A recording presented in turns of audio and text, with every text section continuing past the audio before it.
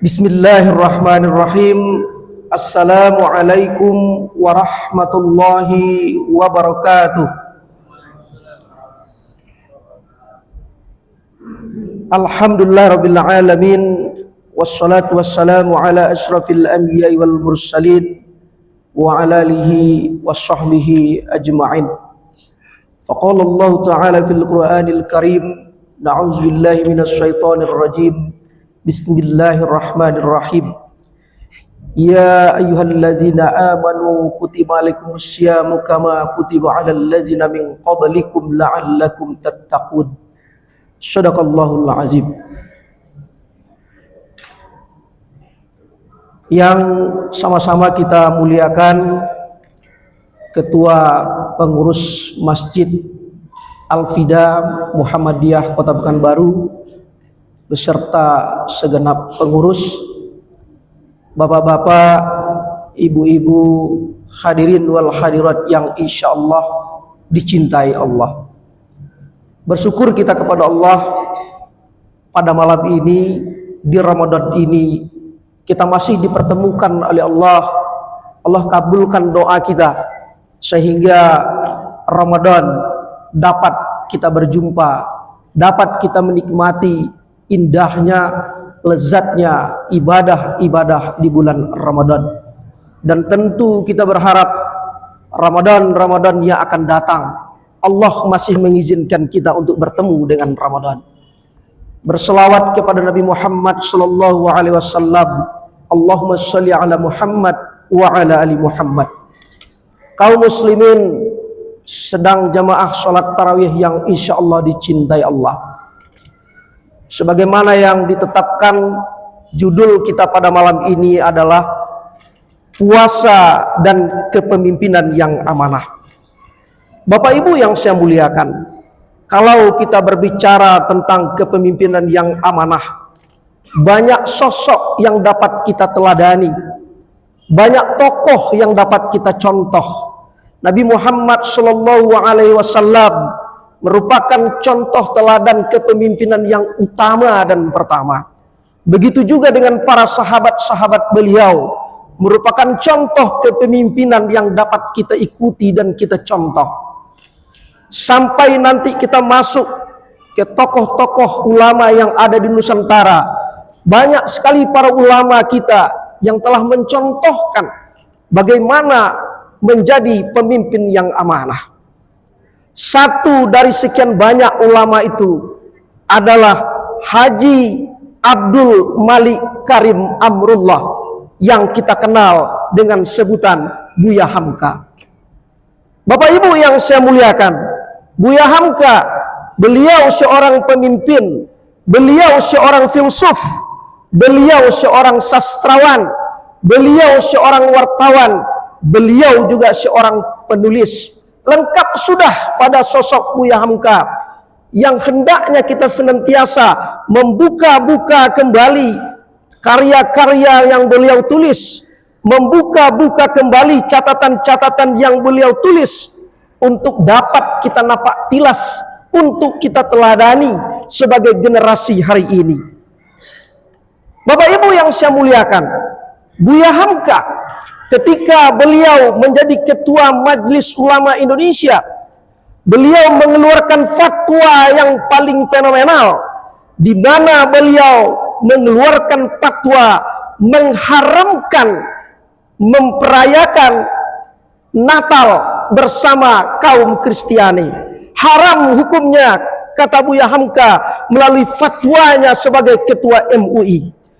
Pada saat itu Menteri Agama Alam Sahratu Prawira Negara merasa berkeberatan, protes keras Menteri Agama saat itu, dan meminta kepada Buya Hamka untuk segera mencabut fatwa itu. Karena fatwa mengharamkan Natal menurut Menteri Agama saat itu bisa merusak tatanan kerukunan beragama. Tetapi Bapak Ibu, apakah Buya Hamka goyah dengan keputusannya? Tidak. Buya Hamka tetap pada pendiriannya. Dia sedikit pun tidak goyah, sedikit pun tidak mundur untuk mencabut fatwa itu. Dan karena itu Buya Hamka lebih memilih untuk mundur sebagai Ketua Majelis Ulama Indonesia.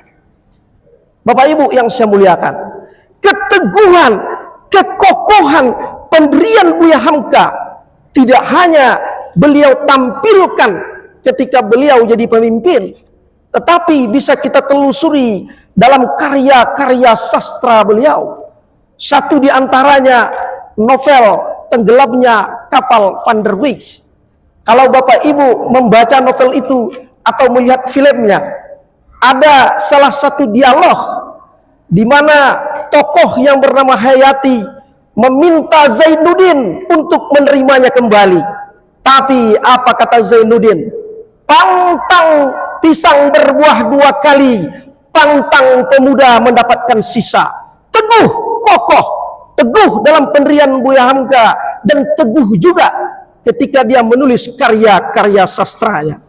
Karena itu syarat pertama pemimpin yang amanah, kalau kita mencontoh pada perilaku Buya Hamka, adalah orang yang teguh, kokoh, tak tergoyahkan dalam mempertahankan kebenaran. Itulah syarat pemimpin amanah yang pertama. Bapak Ibu yang saya muliakan, Buya Hamka juga seorang pejabat.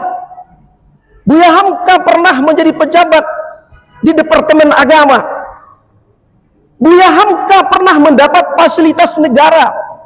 Tapi apakah Buya Hamka sebagai pejabat, sebagai pemimpin saat itu menikmati fasilitas negara? Tidak.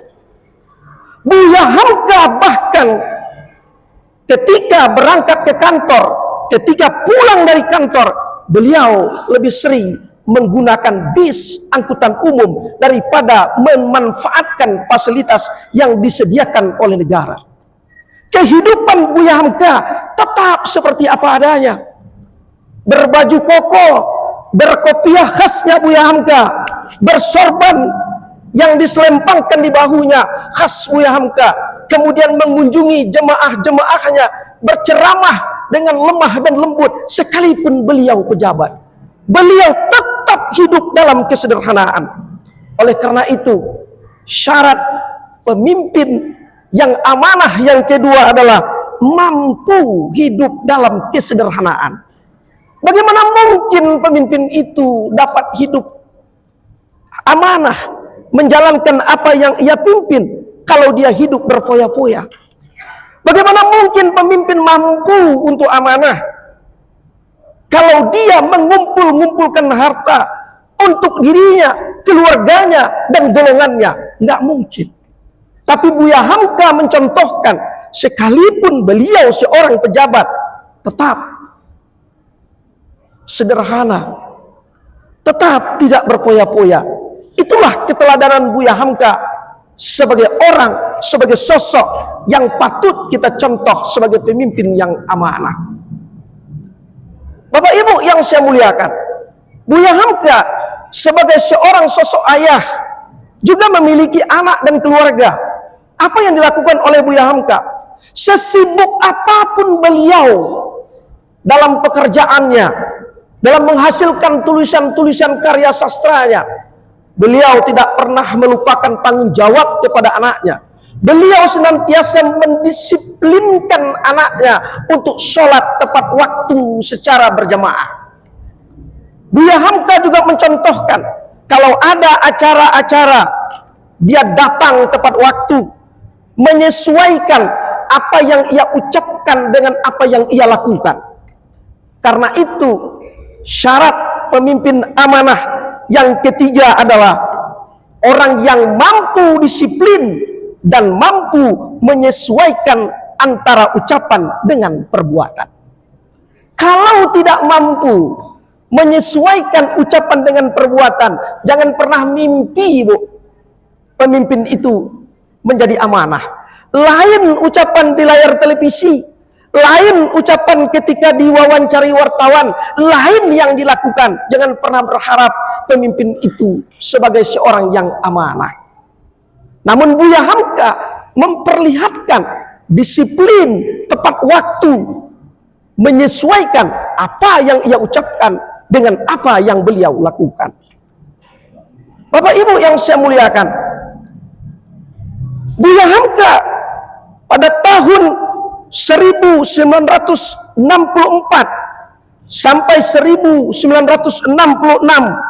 2 tahun 4 bulan lamanya Buya Hamka dijebloskan dalam penjara dengan tuduhan makar, bermaksud untuk menumbangkan bahkan membunuh Presiden Soekarno, seorang ulama yang lembut hatinya, seorang ulama yang dekat dengan umatnya.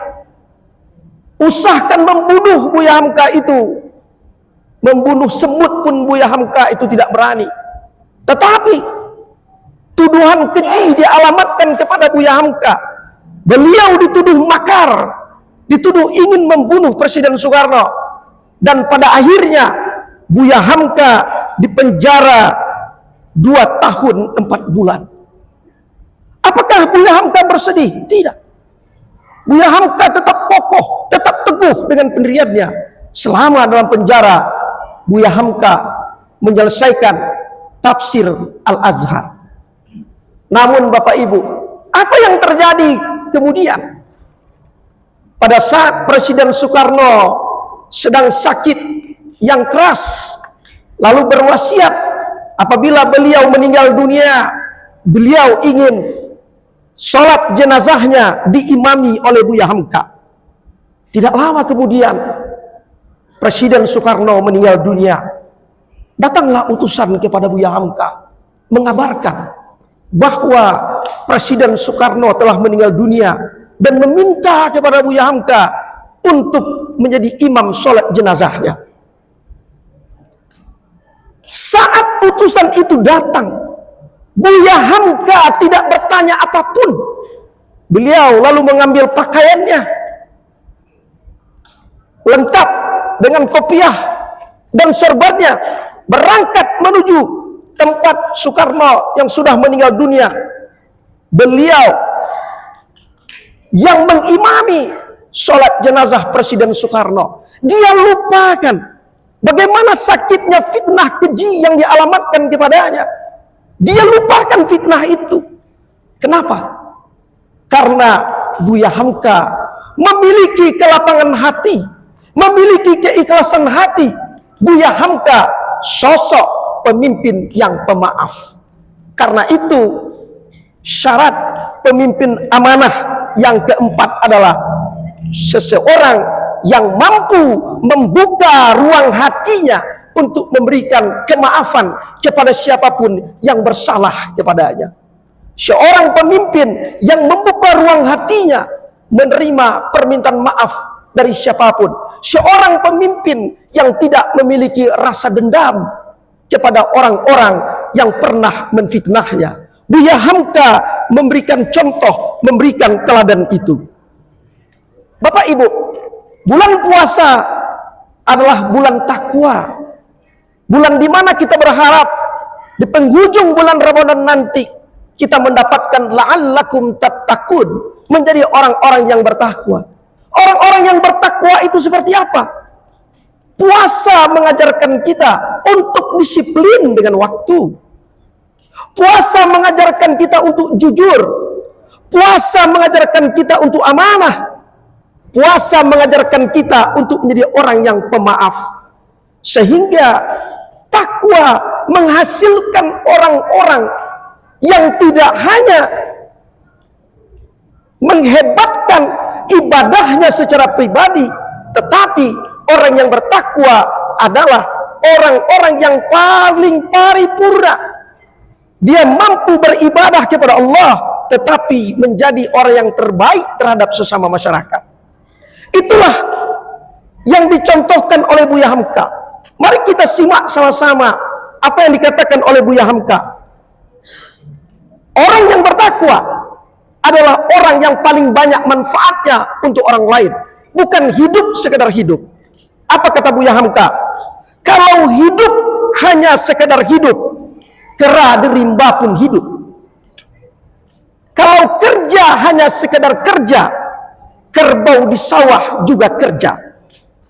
Salah satu pengerdilan terkejam dalam hidup adalah membiarkan pikiran yang cemerlang menjadi budak bagi tubuh yang malas, mendahulukan istirahat sebelum lelah. Semoga kita semua bisa mencamkan di dalam hati kita bahwa hidup bukan sekedar untuk kerja, bahwa hidup bukan sekedar untuk makan.